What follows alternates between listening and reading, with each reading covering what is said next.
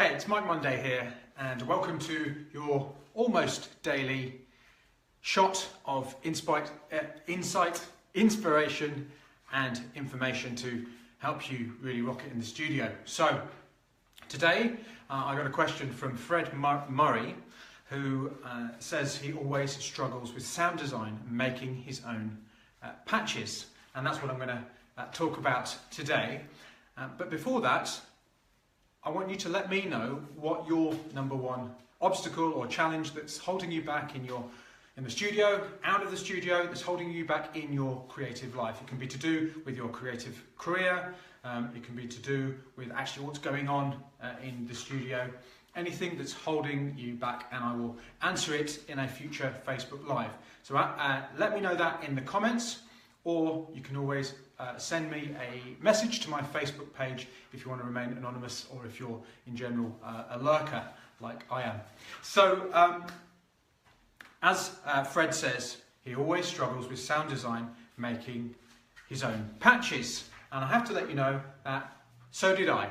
I used to struggle with that as well, mainly because I wasn't particularly interested in synthesis. It's just the kind of guy I am. I'm not much of an engineer type person. I'm not really a kind of detail. My mind doesn't really work in terms of details, you've probably noticed. I wanted to be a music producer. I wanted to be playing music in front of thousands. I didn't want to be a sound designer. And it's very easy to confuse all of the different parts of the process you might think you have to do with the actual thing you are trying to do.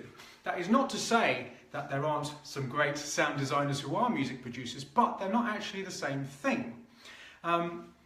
And in general, in the music production process, if you struggle with a part of the process, the first question you want to ask isn't, how do I get really good at this? It is there another way?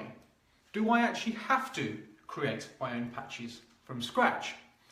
Because obviously it is good to work on your weaknesses to a certain extent, but what you want to be doing much more is to play to your strengths and reduce your dependence on your weaknesses.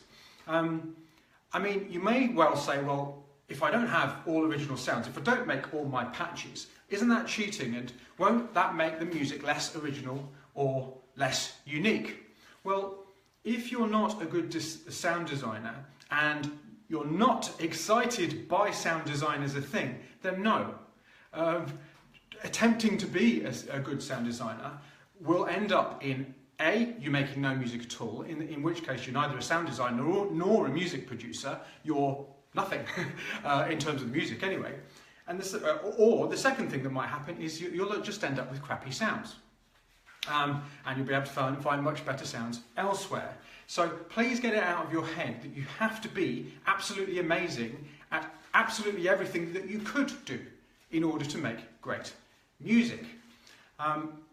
I mean, I'm not saying that designing your own sounds is a bad thing to do, and I'm not saying it's something that you might not want to do. It's if you're into it, and if it's something that excites you, in which case that is something that makes you unique, and go for it. Really, really dive into it. If you love it, if you're interested in it, if you enjoy it, then do it. But if you're not, there is another way. In fact, there are plenty of other ways. I know that because I made music without enjoying sound design very much.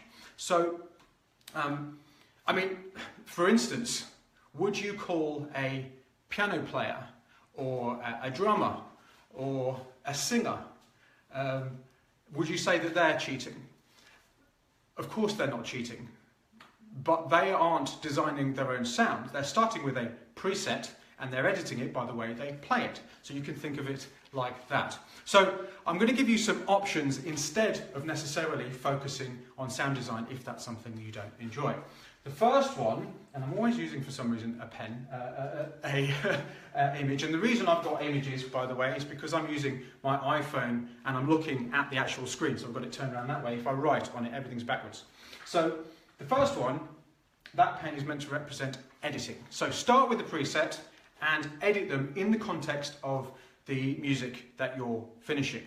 So you don't have to build sounds from the ground up. I mean, I think I rarely did that, and when I did, it just ended up sounding rubbish. So start with the presets that are built by professionals and edit them in the context of the music you're finishing. And the reason I say in the context of the music you're finishing is because that's really what's important. You can create the most amazing sound, but if it's in a particular piece of music and you try and put it in there, sometimes it doesn't fit, because a piece of music is relative to itself. You have to design the sound in the context of everything else. Unless, of course, the piece of music just has one sound, which is perfectly possible. So that's the first one.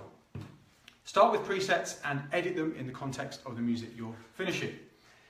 Second, this is a record, and you want to be careful with this one, because I'm not a lawyer and I'm not suggesting that you do anything illegal. But what I used to do was I used to go down to my local pound shop or my local charity store and buy a bunch of records with pictures of completely ridiculous people on the front, usually from the 60s and the 70s, and I used to take tiny little sounds from those records and sample them into, well, at first it used to be an actual hardware sampler, and then as things moved on, it used to be the samplers that you get in Ableton or Logic or whatever. Use those samples and do all kinds of things to them, turn them backwards, play them much higher, play them much lower, combine them with other sounds, change the envelope on them, so change the attack or the decay or the sustain or the release or whatever. Mess around with them so they were completely unrecognisable, and make kind of original sounds out of already existing sounds. So it's another kind of take on the preset thing. That was one of my favourite things to do, and I did that in an enormous amount. And you make really, because especially if you're sampling from records, not that you necessarily need to sample from records, but I used to get all kinds of crackles and I don't know, it was just it ended up in very original sounds. So that's the second one.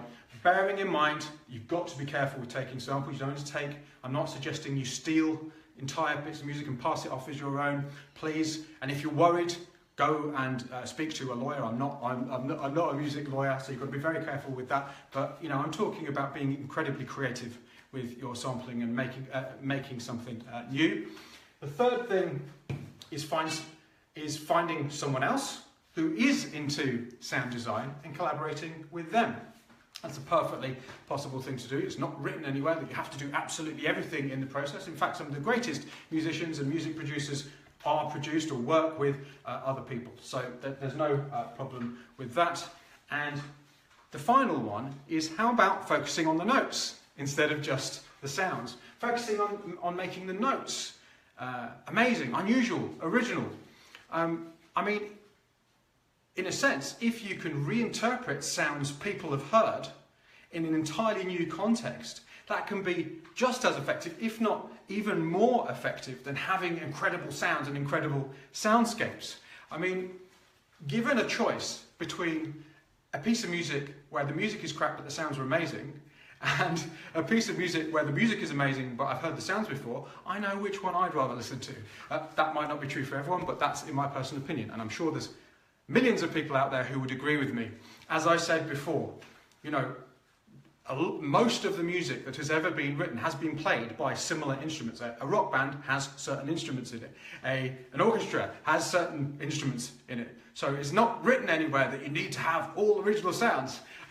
We do tend to get kind of a little bit, because you can do something, you think you have to do something. And that is the problem with kind of making modern electronic music. You've got all of these options, so you think you have to do every single thing. You don't. What makes you unique and what will make your music unique is by focusing on your strengths and working out how you can overcome your weaknesses. So, in general, please don't get hung up on any particular part of the process. There is always a way, and it's actually a very creative thing to do, to find a way to get around, through, or over something you struggle with in the studio. So I hope that's been helpful, and I hope it gets you over those humps.